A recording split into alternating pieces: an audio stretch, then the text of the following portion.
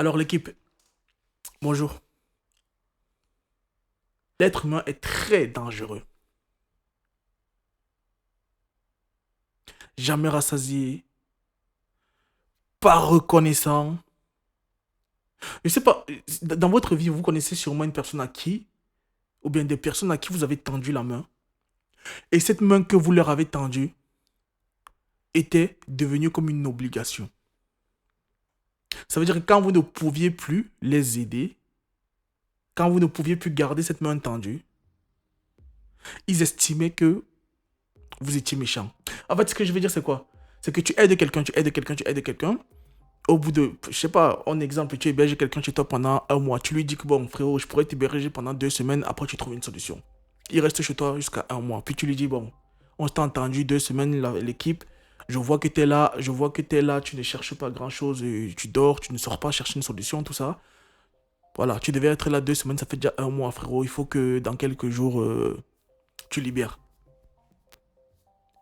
La plupart des gens, comment est-ce qu'ils vont réagir à ça?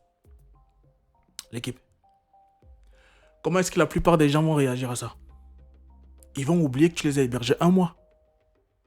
Ils vont retenir juste que tu leur as dit de sortir de chez toi. Alors qu'ils n'avaient pas encore trouvé de solution. On est d'accord ou pas, l'équipe? Bref. Alors, je vais vous raconter une histoire ici. Vous savez, la guerre en Ukraine, quand elle a commencé, Ukraine et Russie, tout ça, non, pas quand elle a commencé, quand elle a commencé à être médiatisée plutôt. Là, Elon Musk qui a pris une décision, c'était d'aider l'Ukraine. Là, ils n'avaient plus de connexion Internet, ils n'avaient plus de moyens de communiquer. Et vous savez, dans la guerre, il faut communiquer parce qu'il faut donner des ordres à l'armée, qui est à tel endroit, tel poste, tel poste. Il faut pouvoir communiquer dans une guerre. Si vous ne pouvez pas communiquer, c'est chaud. C'est mort. Et c'est pour ça, justement, que la Russie a tout fait pour couper les réseaux de communication, histoire de déstabiliser le pays. Alors, Elon Musk a eu cette idée-là, à ce moment-là, de faire intervenir Starlink en Ukraine. Alors, Starlink, c'est quoi? Pour ceux qui ne savent pas, Starlink, en fait, c'est un réseau de satellites qui est en orbite, hein, Internet, qui a été lancé par SpaceX. SpaceX, vous connaissez SpaceX qui a été monté, qui a été fondé par Elon Musk. Vous connaissez Elon Musk, milliardaire, hein, détient PayPal, Neuralink, PayPal, SpaceX, Starlink, Tesla, bien évidemment. Et j'en passe, il y en a plein d'autres, ok? D'ailleurs, il est en train de lancer un téléphone. Je vous ferai une vidéo dessus. Une dinguerie. C'est une dinguerie quand ça va arriver. Je vous ferai une vidéo dessus. Révolution. Révolution. Bref, revenons à nos moutons. Alors, il envoie donc en Ukraine des cargaisons et cargaisons d'antennes satellites et Internet Starlink en Ukraine pour alimenter tout ça.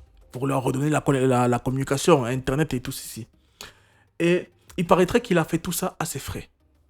L'objectif de Starlink, c'est quoi? Quand ça a été créé, l'objectif, enfin jusqu'à présent, hein, c'était en fait de fournir la connexion à Internet haut débit où que tu sois sur la planète. Même les coins les plus reculés de la planète, les coins les plus inaccessibles comme les montagnes, les campagnes, vous savez, dans les bateaux, les avions, les débits sont réduits.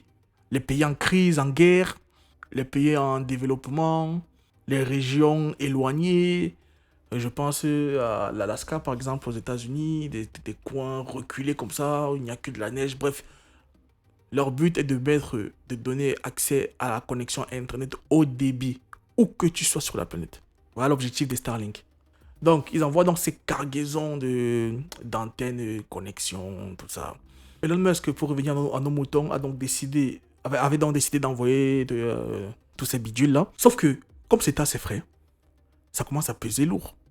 La guerre, c'est de l'argent. Il faut entretenir le matériel, il faut livrer, il faut ceci, cela, il faut comme ça, comme ça. Ça coûte cher. Elon Musk décide alors de demander de l'aide, un soutien financier, parce que depuis, il le faisait gratuitement et ça coûte cher à son entreprise. Alors il demande que l'on l'aide. Donc ça veut dire qu'on subventionne ou qu'on soutienne financièrement son mouvement en Ukraine. Ça a jasé, les gens n'ont pas été contents par rapport à ça. Comment ça, t'es milliardaire, tu demandes encore de l'argent. Ah, ceci, cela, vous ne pensez qu'à vous, les millionnaires, tu es multimilliardaire. Qu'est-ce que tu veux qu'on te paye de ceci, cela? Qu'est-ce que tu veux qu'on subventionne ton entreprise? Veux-tu nous faire croire que petite Ukraine peut te ruiner, toi, grand Elon Musk, ceci, cela? Bref, qu'est-ce que vous en pensez, l'équipe? Quand tu es riche, tu es obligé d'aider ceux qui sont pauvres. Et quand bien même tu le fais, tu dois le faire à vie. Vous faites partie de ces gens qui pensent qu'il a assez d'argent pour le faire sans que ça ne pèse vraiment sur lui. C'est des questions que je vous pose. Hein. Moi, j'en sais rien, moi. Ok? Vous estimez que non, il ne devrait pas demander à être aidé financièrement parce qu'il a assez d'argent pour le faire et qu'il devrait continuer à aider l'Ukraine comme il a fait. Il s'est lancé dedans, il assume, point final. Ou bien que, voilà, non. Donc, Elon Musk décide alors de demander à ce que, vous connaissez, là-bas en haut, là, entre eux, là, qu'ils parlent, qu'ils s'arrangent, parce que ça coûte cher, tout ça, et que c'est même pas vraiment très utile, en réalité, cette guerre, et qu'il faudrait que, voilà, vu que la guerre va continuer longtemps, il faudrait qu'ils arrêtent tout. Qu'il serait plus logique d'arrêter cette guerre, qui ne mène à rien et qui n'aide personne en réalité. Enfin, personne. Vous avez compris, hein? Tout le monde, encore une fois, s'est enflammé en disant que il soutenait la Russie. D'avoir dit ça, d'avoir pensé ça, ça veut dire que maintenant, il est pour la Russie. Et donc, contre l'Ukraine. Qu'est-ce que vous en pensez, l'équipe? Comment vous voyez ça? Dites-moi en commentaire, l'équipe. Hein. Comment vous voyez ça? Continuons. Comment ça se passe?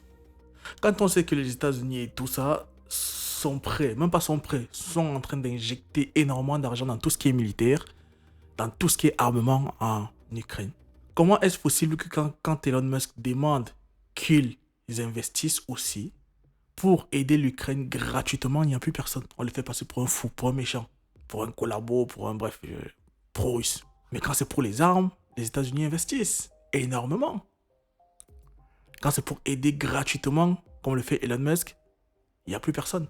Maintenant que SpaceX est dans cette situation-là, ils vont faire quoi? Ils décident de diminuer la connexion Internet et décident donc de se retourner contre l'Ukraine en disant que, de base, leur arrangement, c'était que l'Ukraine devait obtenir cette connexion Internet haut débit dans cette guerre pour tout ce qui est hôpitaux.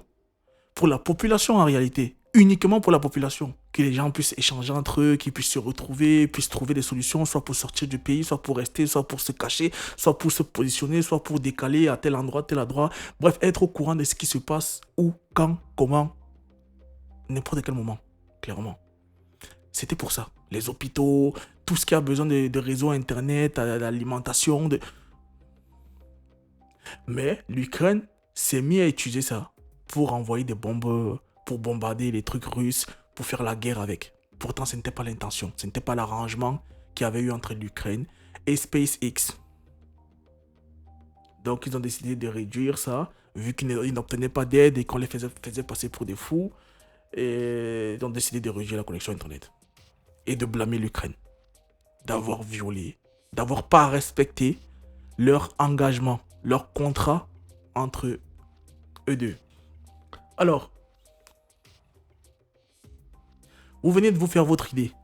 Maintenant, retournons à la situation. On sait que dans ce monde, tout est fait par intérêt. Il n'y a rien qui est vraiment fait gratuitement. En réalité.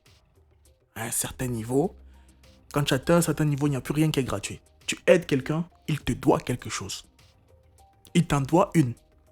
On est d'accord ou pas, l'équipe? On le sait, on le voit partout. On sait comment ça marche maintenant. Maintenant, retournons donc à cette situation-là et essayons de comprendre pourquoi, de base, Elon Musk a aidé l'Ukraine gratuitement. Et que, aujourd'hui, ce n'est plus le cas. Pourquoi ce n'est plus le cas? Au-delà du fait que l'Amérique ne veut pas investir là-dedans, ne veut pas mettre de l'argent pour aider gratuitement. Au-delà de ça, qu'est-ce qu'il y a? Tesla en collaboration avec les Chinois. Les Chinois sont proches de la Russie. Même pas proches, ils sont en alliance. Elon Musk, donc bref, Tesla, a une grosse... comment dire ça? Bref, ils sont très très proches au niveau business. Il paraîtrait donc que la Chine a demandé à Elon Musk de se retirer de l'Ukraine. Et bizarrement, quelques temps après, SpaceX reproche à l'Ukraine d'avoir violé leur contrat qui était d'aider la population ukrainienne et non pas de faire la guerre avec la connexion Internet de Starlink, produite par SpaceX, fondée par Elon Musk. Je sais pas si c'est clair ou si... Je vous laisse réfléchir là-dessus.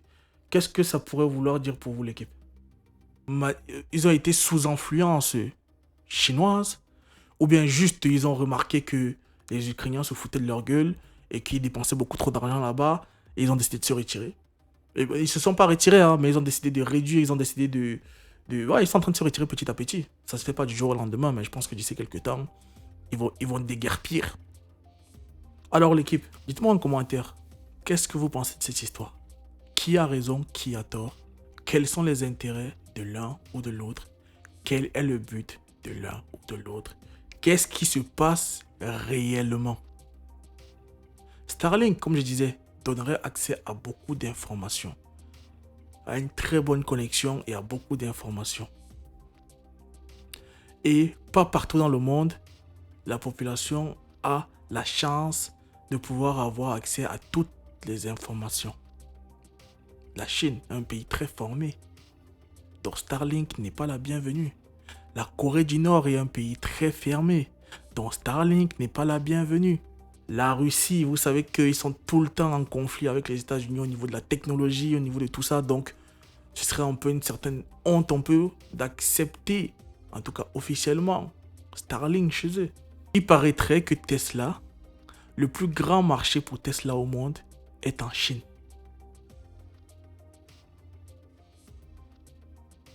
Je vous rajoute ces informations pour que vous vous fassiez votre propre idée. Peut-être arriver à comprendre ce qui se passe réellement. Avec tout ce que j'ai donné comme information juste avant. Je vous laisse réfléchir, l'équipe. Dites-moi en commentaire ce que vous pensez par rapport à ce qui se passe sur place. Voilà, vous avez les informations, l'équipe. On est parti, portez-vous bien. Let's go. Merci.